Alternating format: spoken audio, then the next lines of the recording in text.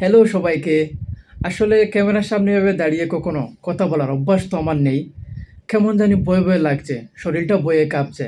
তারপরেও ভেতরে অনেকটা সাহস নিয়ে আপনাদের সামনে এসে দাঁড়িয়েছি। অনেকের মনে প্রশ্ন জাগতে পারে যে আমি কেন আপনাদের সামনে এসে দাঁড়িয়েছি?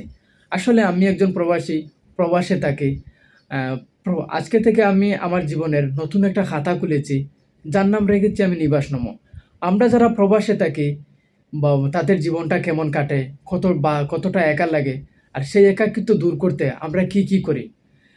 একজন প্রবাসী নিজের দেশ ছেড়ে, নিজের পরিবার, আত্মীয়স্বজন সবাইকে ছেড়ে প্রবাসে থাকাটা যে কতটা কষ্টের হয়, সেটা একমাত্র একজন প্রবাসীই জানে। দেশের মানুষ তো শুধু সবাই টাকাই দেখে, টাকাই বুঝে। কিন্তু এই টাকার পিছনের আসল কষ্টটা, আসল গল্পটা সেটা কেউ জানে না বা সেটা কেউ জানতেও চায় না। আমার চ্যানেলে কোনো সাজানো গুছানো গল্প থাকবে না, কোনো চাকচমক কিছু থাকবে না।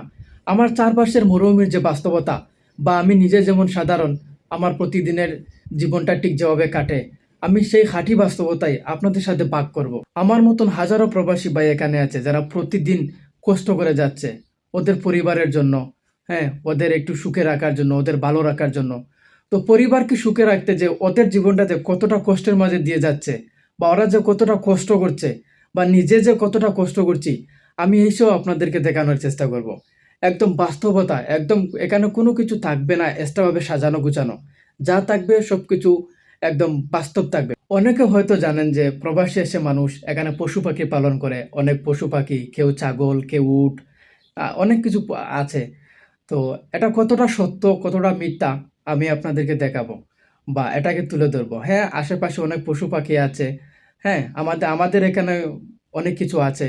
আমার এখানেও অনেক কিছু আছে। তো সেটা আমি আপনাদেরকে দেখাবো যে প্রবাসী এসে মানুষ কিভাবে উট রাখে, কিভাবে ছাগল রাখে, হ্যাঁ? কিভাবে অন্য পশু পাখি রাখে, ময়ূর রাখে, হরিণ রাখে। এই মরুভূমিতে কে কিভাবে থাকছে, কে কি রাখছে, আপনাদেরকে এটাই আমি দেখাবো। আপনাদের সামনে দাঁড়ানোর আমার আজকে ১ম অভিজ্ঞতা। তাই এখনো বয়ে শরীরটা কাঁপছে। তো ভুল ত্রুটি হলে সবাই আমাকে ক্ষমা করে দেবেন। আর আমার কথাগুলা যদি একটু আপনাদের ভালো লাগে, আপনাদের মন ছুঁয়ে যায়, তাহলে আপনাদের ওই সুন্দর মনের ভালোবাসা আমাকে একটুখানি দিয়ে যাবেন। আমাকে ভালোবাসা দিবেন। তো এর জন্যই বলছি আমার চ্যানেলটা একদম নতুন। সবাই একটু সাবস্ক্রাইব করবেন। তো ভিডিওটা এতক্ষণ দেখার জন্য সবাইকে অসংখ্য, অসংখ্য ধন্যবাদ। সবাই ভালো থাকবেন, সুস্থ থাকবেন। দেখা হচ্ছে পরের কোনো ভিডিওতে।